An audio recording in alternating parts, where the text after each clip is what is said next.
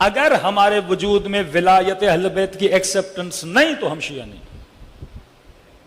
Accept ولایت کا مطلب صرف نعرہ مارنا نہیں ہے کہ میں نعرہ ماروں تو محمد والے محمد کا شیعہ بن جاؤں گا. اب وہ پارٹ آف شیعہ ہے. ہمارے جوانوں کو صرف خطبہ غدیر کی ایک لائن سنائی جاتی ہے، من کنت مولا ہو فہذا علی مولا، لیکن اس پورے خطبے کو پڑھنا چاہیے. کہ فرماتے ہیں کہ اہل بیت اپنے بچوں کو 2 خطبے یاد کرواتے تھے، ایک خطبہ غدیر، دوسرا خطبہ فدق. یعنی بنو ہاشم کے بچوں میں سے سب کو یہ 2 چیزیں یاد ہوتی تھیں، خطبہ غدیر اور خطبہ فدق. جب آپ غدیر کا خطبہ پڑھتے ہیں، ابتدا اللہ کی اطاعت، امر بالمعروف نہی عن المنکر، ادا واجبات، محرمات سے بچنا، زکوٰۃ کا دینا، حج کا کرنا، نماز کا پڑھنا. آخر میں آ کے رسول کہتے ہیں کہ من کنت مولا ہو فہذا علی مولا. اسی طرح جناب سیدہ کا خطبہ پڑھیں، نماز کا ذکر، روزے کا ذکر، زکوٰۃ کا ذکر، توحید الہی کا ذکر، آخر میں جناب سید اپنے مطالبے پر آتی ہیں. مطلب اگر ولایت اہل بیت کے ماننے والے ہو، جب تک ادا واجبات نہیں اور نہی عن المنکرات نہیں، تب تک ولایت ہوتی نہیں ہے. کہ کسی نے امیر المومنین کو کہا کہ مولا میں آپ کا شیعہ ہوں، امام نے کہا مجھے تمہارے اندر اپنی ولایت نظر نہیں آتی. کہ مولا میں نے رسول کے بعد پہلا خلیفہ آپ کو مانا. کہ میں مانتا ہوں کہ تو مجھے پہلا خلیفہ مانتا ہے، لیکن بات ہے ولایت کی، مجھے تمہارے اندر اپنی ولایت نظر، ایکسپٹنس آف ولایت نظر نہیں آتی. کہ مولا میں سمجھا نہیں. کہ ولایت کا مطلب ہے حکومت.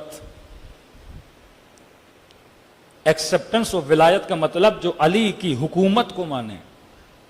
سادہ بندہ تھا، کہنے لگا یا علی آپ ہیں تو صحیح رسول کے بعد، لیکن کیا کروں، ابھی آپ کی حکومت ہے ہی نہیں، تو حکومت کو مانوں کیسے. اس کے ذہن میں یہ تھا کہ مولا جب تک تخت پہ نہیں آتے جب تک علی کی حکومت نہیں ہے. ہاں میں مانتا ہوں آپ خلیفہ برحق ہیں رسول کے بعد، لیکن آپ کو حکومت ملی تو نہیں، میں مانوں کیسے. امام فرماتے ہیں یہ تخت و تاج کی حکومت علی کی نظروں میں مچھر کے پر کے برابر بھی نہیں ہے. ہماری جوتی کی قیمت ان حکومتوں سے زیادہ ہے.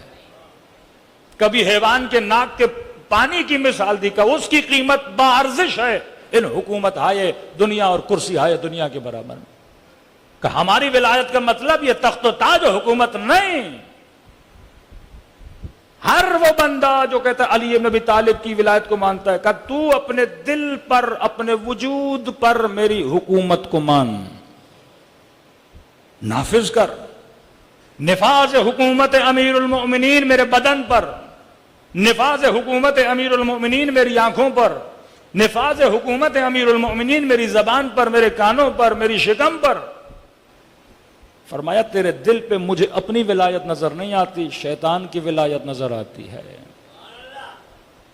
سورہ یاسین کی آیت پڑھیے کہ اے مسلمانوں انہو لکم عدو مبین، یہ تمہارا سب سے بڑا کھلم کھلا دشمن ہے. یا دوسری آیت من اتخذ الہہ ہوا، جس نے اپنا الہ اپنی ہوا و ہوس نفس کو بنایا.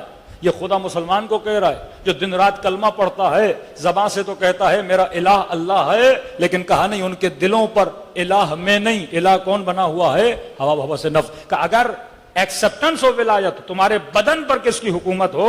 امیر المومنین کی حکومت ہو. تبھی اصحاب فرماتے ہیں سب سے، بعض روایت سب سے پہلا شہید بنو ہاشم کا وہ جناب مسلم ابن عقیل کا بیٹا ہے، جناب عبداللہ ابن عقیل. مسلم عقیل 17 سال یا کہتے 15 سال اس جوان کی ایج ہے.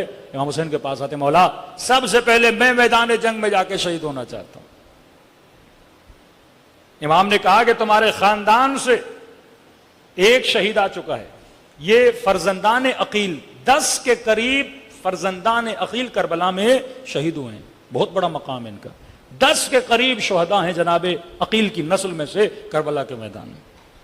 اس نے کہا مولا میں چاہتا ہوں کہ میں آپ کی نظروں کے سامنے شہید ہوں اور آپ کے ہاتھوں میں میرا بدن ہو. یعنی آپ دیکھیں جب اصرار کیا تو امام حسین نے سے میدان بھیجا. روایت کے جملے حسین دیکھتے رہے اور یہ جوان لڑتا رہا.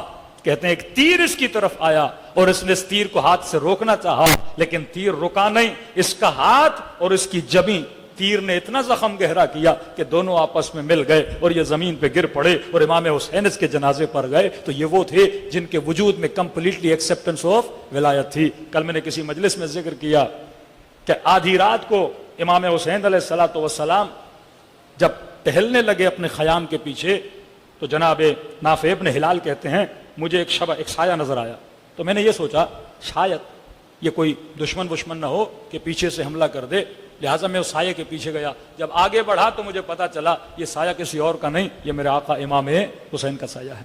اب میں نے کہا کہ یہ نہیں کہ مولا کی جاسوسی کروں، میں پیچھے چلا کہیں دشمن حملہ نہ کر دیں۔ تھوڑا آگے بڑھا تو امام حسین نے کہا نافع تم ہو؟ میں نے کہا جی مولا۔ کہ میرے پیچھے کیوں آ رہے ہو؟ کہ مولا پیچھے نہیں آ رہا، یہ خوف ہے کہ دشمن آپ پہ حملہ نہ کر دے۔ کہتے امام نے میرے ہاتھ کو پکڑا، سامنے دو پہاڑیاں نظر، چاند کی روشنی بڑی تھی۔ امام نے کہا پہاڑیاں دیکھ رہے ہو؟ ہاں۔ کہ نافع ان پہاڑیوں کے پیچھے کوئی نہیں، اب بھی وقت ہے، جانا چاہو تو چلے جاؤ، میں نہیں روکوں گا۔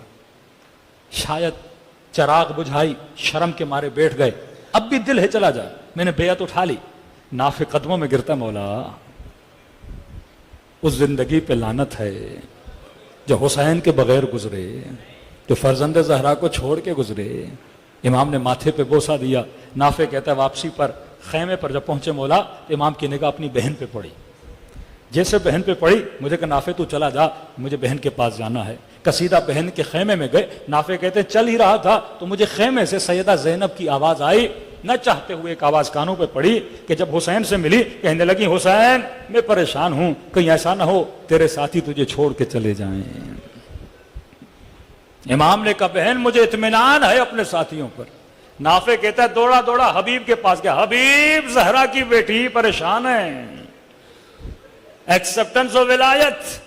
حبیب نے سب کو جمع کیا، آ کے سیدہ کے خیمے کے سامنے بیٹھے، کہنے لگے زہرا کی بیٹی جب تک زندہ ہیں تیرے بھائی پر آنچ نہیں آنے دیں گے، ایک تیر بھی حسین تک نہیں آئے گا۔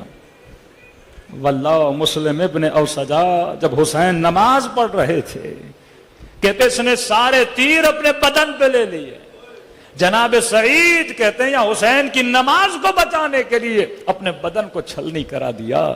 یہ ایکسپٹنس آف ولایت اگر ہمارے وجود میں آ جائے کہ مولا جب تک ہم زندہ ہیں شریعت پر آنچ نہیں آنے دیں گے، دین خدا پہ آنچ نہیں آنے دیں گے، اس طرح دفاع کریں گے جس طرح سیدہ زینب نے کیا۔ وقت بہت گزر چکا، دلوں کو کربلا کی طرف روانہ کریں، سلام کریں ان ذات ہائے مبارک پر جنہوں نے اپنا سب کچھ راہ خدا میں لٹا دیا۔